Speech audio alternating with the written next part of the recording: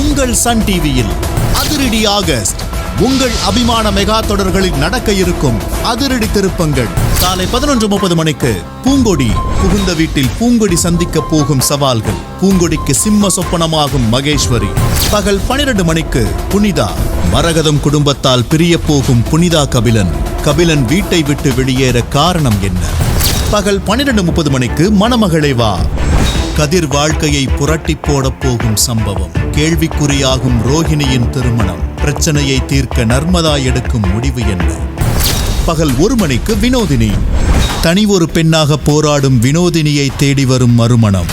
வாசுவின் நட்பால் வினோதினி எதிர்கொள்ளும் கேள்விகளுக்கு வினோதினியின் பதில் என்ன? உங்கள் அபிமான மெகா தொடர்களில் வரும் அதிரடி திருப்பங்களை காணத் தவறாதீர்கள்.